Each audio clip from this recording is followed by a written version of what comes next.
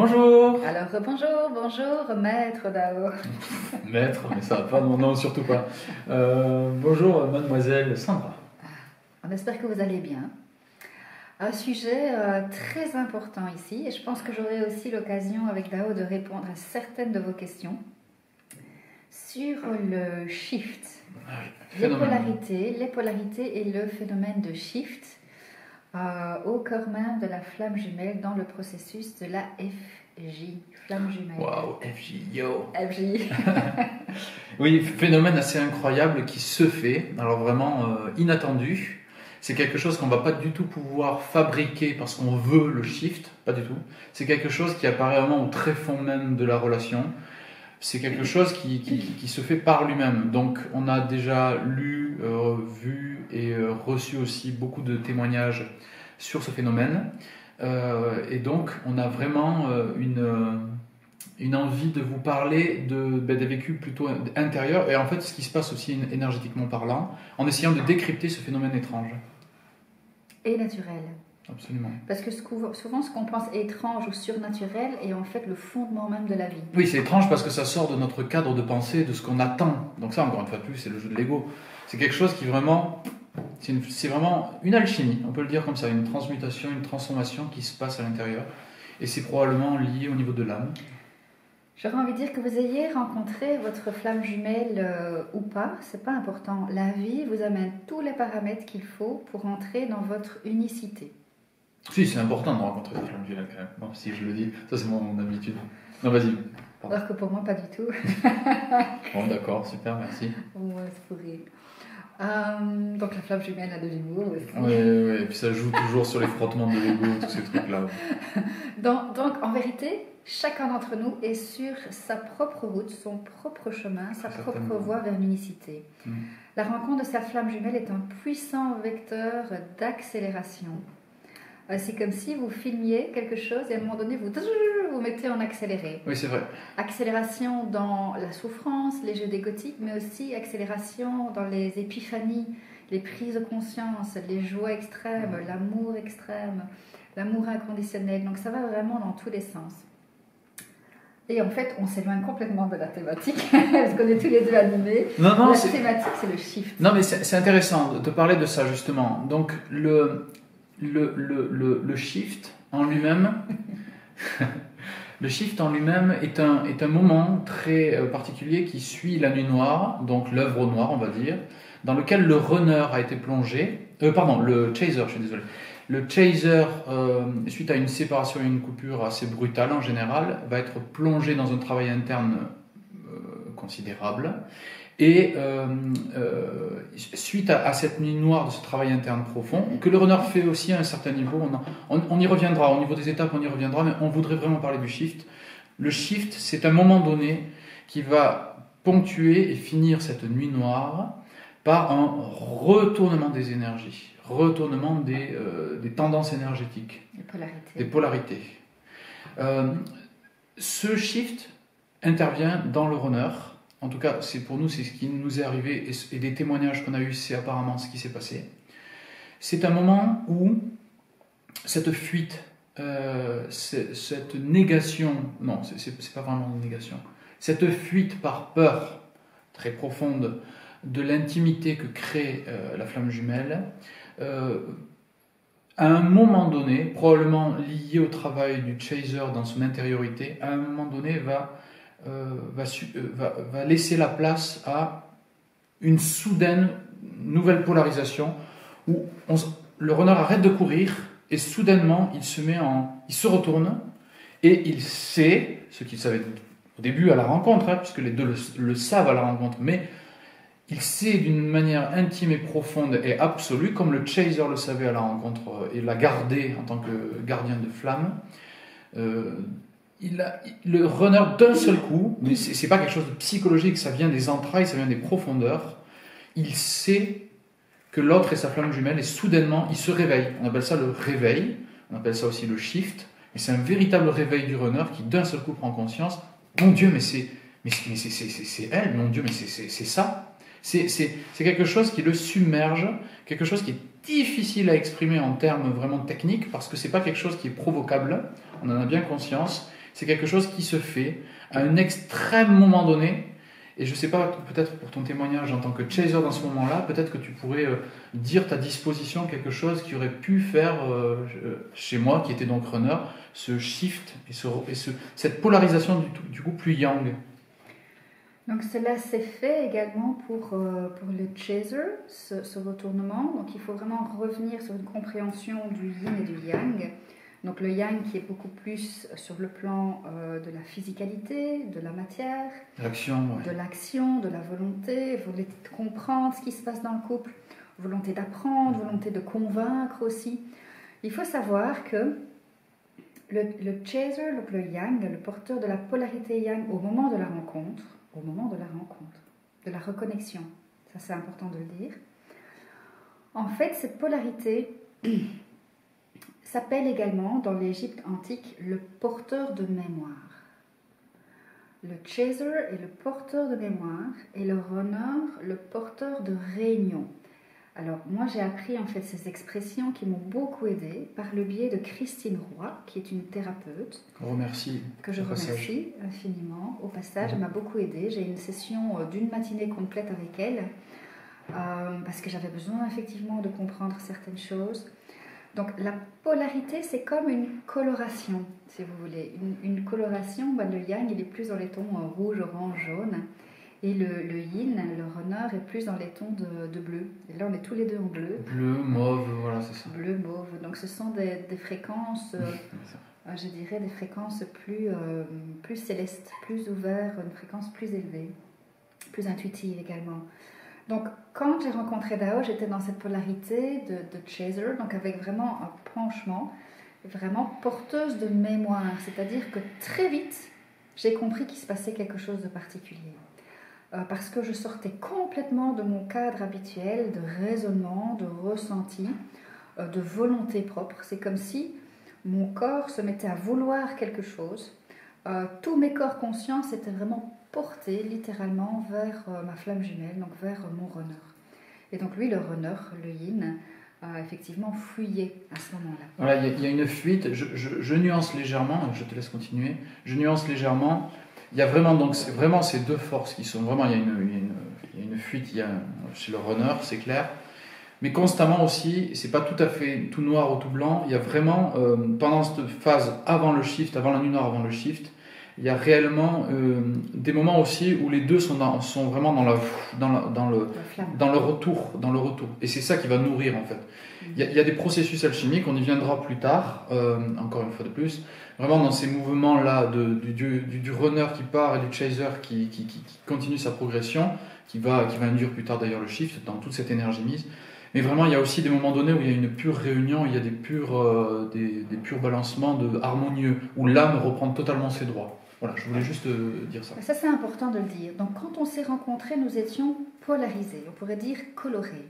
Mais avant, lorsque l'on vient au monde, on est plus dans une forme d'unicité. C'est-à-dire que l'enfant, en bas âge, a ces deux, je dirais, polarités qui sont bien marquées, qui sont bien présentes. Et ensuite, les circonstances de vie, les paramètres de vie respectifs font que l'on va aller vers une polarité qui est prégnante.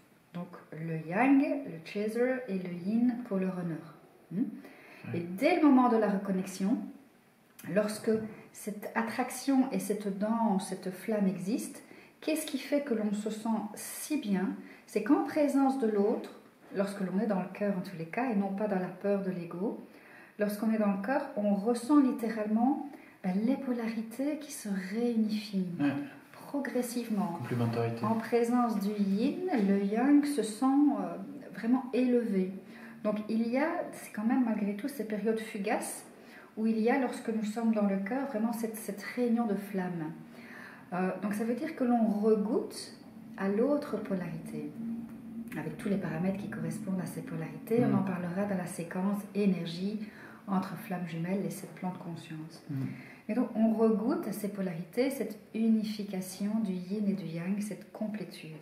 Ouais, c'est ce qui se passe justement à la rencontre. C'est ce qui anime la flamme du moment de la rencontre jusqu'éventuellement la réunion et la fusion. C'est vraiment ce qui l'anime, et dans anime, il y a l'âme, animation, anima. D'accord ? Il y a un mouvement, oui. Mais malgré tout, lorsque l'on revient dans nos jeux d'ego, eh bien, on revient vers les défauts de nos polarités. Je dirais les défauts qui sont magnifiques d'un point de vue, mais qui ne sont pas trop magnifiques quand on est dans la souffrance. Et donc c'est exactement ces souffrances de polarité que nous sommes amenés en fait à transmuter dans les rencontres, y compris dans les frictions respectives. Donc dès le moment de la rencontre, jusqu'à la séparation de la nuit noire de l'âme, il faut se rendre compte qu'il y a des micro-séparations, des micro-ajustements, qui sont toujours des occasions de revenir vers soi et travailler sur l'unification intérieure des polarités. Pour que l'énergie recircule du yin et du yang, yin-yang, yin-yang, yang-yin. Oui. D'accord ? Et donc jusqu'à ce qu'à un moment donné, n'arrivant pas à collaborer à un niveau de complémentarité et de complétude, la nuit noire s'installe. C'est une phase de séparation qui est extrêmement douloureuse, pour les deux, pour différentes raisons, pour le chaser et le runner. Pour différentes raisons, la souffrance est animique. Elle va être vécue chez le chaser comme vraiment un effondrement de ses systèmes. Et pour le runner, ça va être vraiment se couper de son âme. Autrement dit, vraiment vivre que au niveau de l'ego, vivre au niveau de la surface et ne plus oser aller aux profondeurs où l'âme appelle. Donc tout ça, on y reviendra, mais on va rester centré sur notre sujet du jour qui est très important, c'est le shift. Alors, le runner, il fuit, il a peur. Il sent la présence, il sent le chaser qui veut le mettre dans quelque chose, et lui, il a l'habitude de cette fluidité, de ce mouvement de vie, de cette liberté d'être. C'est comme étouffant, il se passe quelque chose comme un étouffement, comme un sentiment de vouloir être, que le chaser veut le mouler. C'est probablement pas l'intention du chaser, mais c'est en tout cas ce que le runner ressent. Ce moule est intolérable, donc il ne va faire que fuir. À chaque fois, il va quand même revenir parce que c'est de la nourriture de l'âme, parce que c'est la relation est nourriture pour l'âme. Elle est vraiment une élévation de conscience permanente. C'est extrêmement exigeant, mais c'est ce qui se passe. Donc, mais il y a un moment donné où le runner arrête de runner. Il se passe à l'intérieur de lui quelque chose. Pour ma part, je vais parler de mon expérience pour faire très simple. C'est à un moment donné, et je pense que c'est corrélatif, et tu pourras dire ton expérience, mais je pense que c'est corrélatif au fait qu'à un moment donné, le chaser arrête de projeter sur le runner une attente. C'est à un moment donné où le chaser se verticalise. Il a fait un travail considérable sur lui parce qu'il a souffert considérablement pendant la nuit, à d'autres niveaux et différemment que le runner, mais la souffrance, on y reviendra. Se verticalise et comme lâche prise. À ce moment-là, il se passe énergétiquement un phénomène qui fait que le runner, ne se sentant plus comme presque agressé, mais c'est pas le bon terme, mais comme cette main, la main du chaser qui voudrait le mettre dans quelque chose ou l'attraper, ne sentant plus ça, à l'intérieur, il se passe un mouvement de retour vers le chaser. Chaser s'est centré, chaser s'est retrouvé, chaser accepte même l'éventualité de ne plus revoir le runner, a vraiment fait un travail considérable sur le détachement, et donc c'est vraiment le travail principal du chaser. Un des gros travaux, c'est vraiment le détachement, l'accueil de soi et la verticalité, et l'enracinement en soi, la confiance. Le runner, à ce moment-là, qui, énergétiquement, j'ai envie de dire, mais vraiment énergétiquement, respire à nouveau, sent en lui une émergence de ce yang qui s'était rétracté parce que l'omniprésence du yang du chaser était beaucoup trop présente, en fait, c'était omniprésent. À ce moment-là, le runner retrouve son yang se redit à travers lui.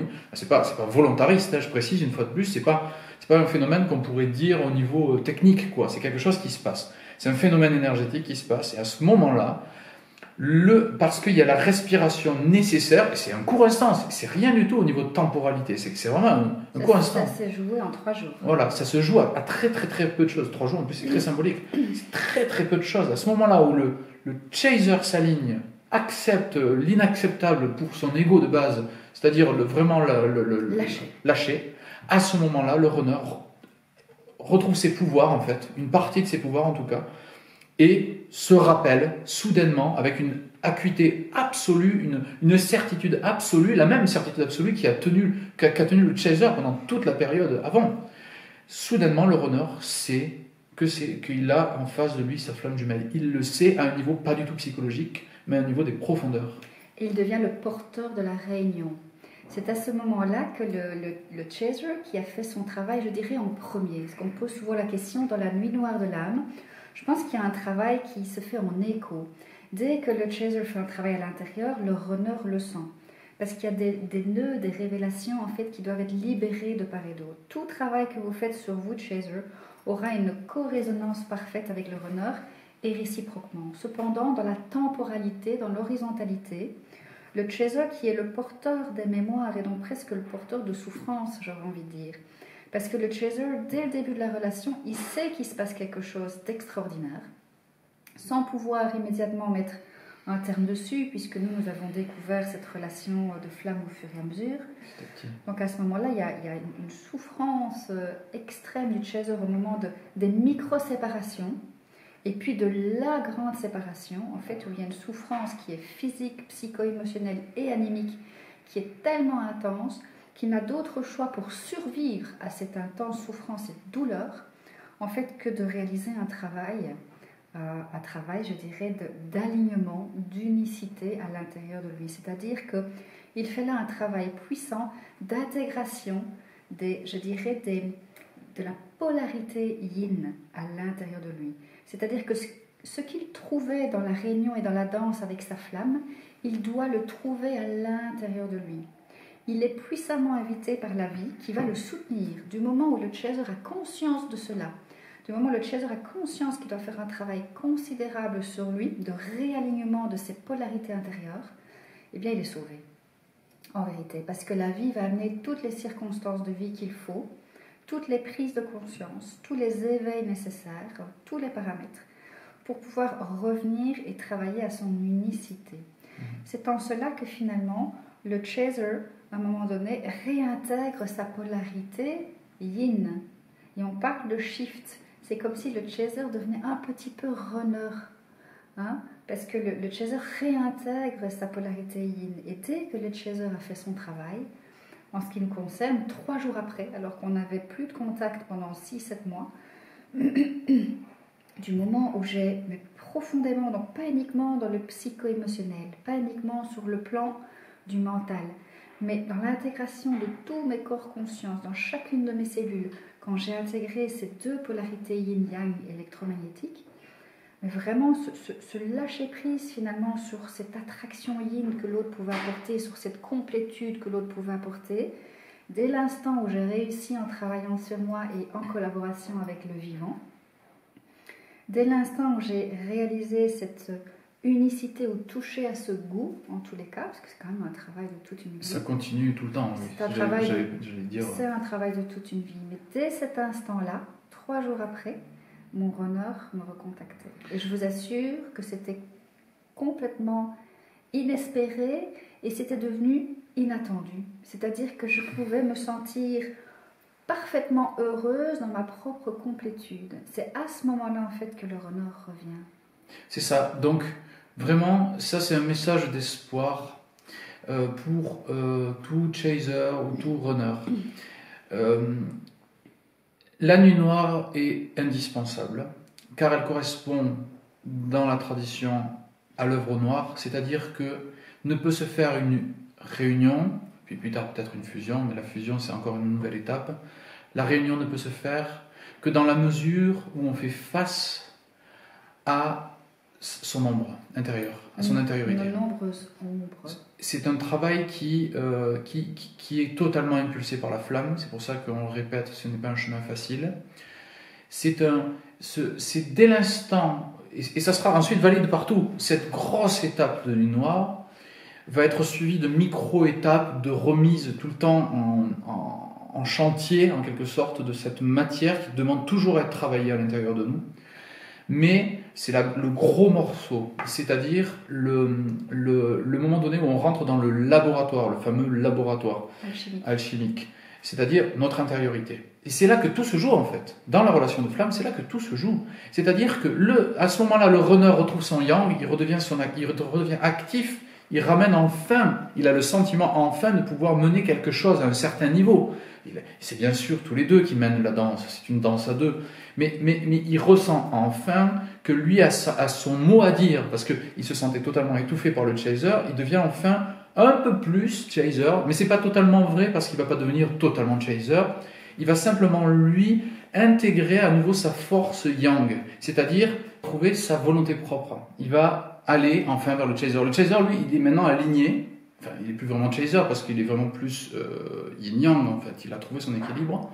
Mais le runner peut maintenant exprimer enfin, parce que jusqu'à présent, il avait vraiment ce sentiment de ne pas pouvoir, parce que le yang était omniprésent chez le chaser. Là maintenant, il va pouvoir enfin exprimer sa flamme, exprimer tout ce qu'il a jamais pu faire en fait. Les circonstances de vie peut-être aidant, la polarisation est toujours liée aussi à on y viendra plus tard, à des circonstances de vie. Mais à ce moment-là, enfin, le runner, à travers le shift, peut redevenir plus complet lui également en fait. Il garde son yin, il garde ce côté complètement connecté ou très ouvert, mais enfin, il fait le pas décisif, il fait l'action décisive qui va enclencher la réunion. Alors, en fonction effectivement de l'intensité de ce qui est exprimé dans ce shift, dans ce retournement, le runner devenant vraiment une polarité yang chaser et l'inverse, la réciproque, je dirais, le chaser devenant vraiment s'inscrivant vraiment dans une polarité yin. Ce qui se produit, c'est que le chaser, lui, s'est libéré de ce besoin d'être en contact avec sa flamme pour retrouver cette complétude électromagnétique et existentielle. Donc il est posé en fait, il vient de découvrir une autre forme de Graal, de libération de lui, en tous les cas libération de sa flamme. Il n'a plus envie de souffrir. Donc qu'est-ce qui se passe? C'est que le runner qui a énormément souffert, qui commence à sortir... Le chaser, tu veux dire? Le chaser, pardon, qui commence à sortir, tu vois, je dis tellement runner. Ouais. Sortir vraiment de cette nuit noire de l'âme, il n'a plus trop envie finalement de prendre le risque.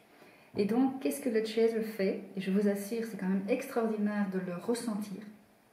C'est que le chaser, il run un peu. Et plus le chaser run, et plus l'ex-runner qui devient chaser a vraiment cette force de volonté, en fait, de cette réunification. C'est pour ça que l'on dit que le chaser est le porteur de mémoire de sa flamme. Donc, depuis la nuit des temps, depuis vraiment ces temps immémoriaux où ensemble nous formions une même âme dans cet œuf cosmique. Donc c'est vraiment la mémoire de toute, finalement, c'est cette quête de réunion et les souffrances qui sont associées au cours des différentes incarnations. Le chaser souffre énormément parce qu'il a la mémoire de tout cela. Elle est instantanée du moment et la reconnexion. Donc dans une première partie, le chaser, toute sa volonté, tout son regard est porté sur cette réunification jusqu'à ce qu'il lâche et qu'il trouve la réunion à l'intérieur de lui dans ses polarités. Et donc, et le runner qui, lui, est le porteur de réunion. Et donc, voilà, le runner, lui, il va donc vivre un peu ce que le chaser a vécu pendant un moment, c'est-à-dire aller vers l'autre qui fuit un petit peu, mais pas totalement, parce qu'il se passe un phénomène, une sorte de... comme des micro-shifts, c'est un nouveau concept qui vient, c'est des sortes de micro-shifts où en fait, il va y avoir, exactement comme dans cette perception du yin et du yang, où il y a toujours un peu de yin dans du yang, il y a toujours du yang dans du yin, il va y avoir des moments donnés de polariser yang-yin, polariser yin-yang, et on ne sera plus identifié à une seule, mais on va goûter petit à petit à différentes postures en fonction des sujets, en fonction des souffrances abordées, en fonction des joies abordées. C'est multiple et varié sur tous les plans qu'on travaillera bientôt. On a vraiment ce sentiment qu'on goûte tantôt à l'un, tantôt à l'autre, comme une danse qui se fait de plus en plus. Et par ce mouvement-là, une fois qu'enfin la réunion est s'accomplit, en tout cas c'est un mouvement, ce mouvement-là nettoie petit à petit, mais avec moins de dureté, disons, d'intensité que la nuit noire qui était vraiment l'extrême.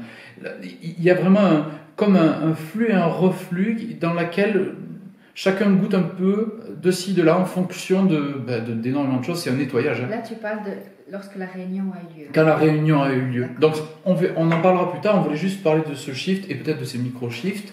Pour aujourd'hui, je pense qu'on en a bien assez parlé. Peut-être moi je voudrais juste vraiment intensifier ce... Il faut comprendre que la réunion est possible grâce à ce shift. Que vraiment la réunion dans la temporalité, il peut y avoir des micro-réunions, donc avant la nuit noire de l'âme, il peut y avoir des réunifications et puis reséparation. Mais la réunion, je dirais, plus stable, elle ne peut, de mon point de vue en tous les cas, Oui, certainement.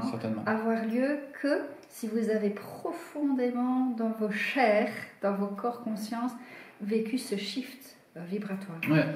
Et donc le runner qui devient le porteur de réunion, c'est lui qui a vraiment la volonté vraiment de revenir et de proposer cette réunion justement, cette unification, que ce soit en couple ou dans d'autres modalités de vie. Merci beaucoup pour cette merveilleuse conclusion. C'est important d'en parler. Je pense vraiment qu'une réunion plus stable n'est possible que si vous avez travaillé votre unicité et si la vie vous a effectivement amené à vivre ce shift, qui est progressif, mais qui est vraiment intensifié pendant la nuit noire de l'âme.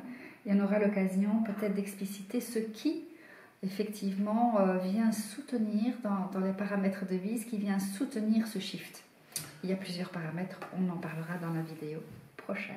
Ou une des vidéos prochaines. Ou une des vidéos prochaines, en fonction de l'intuition.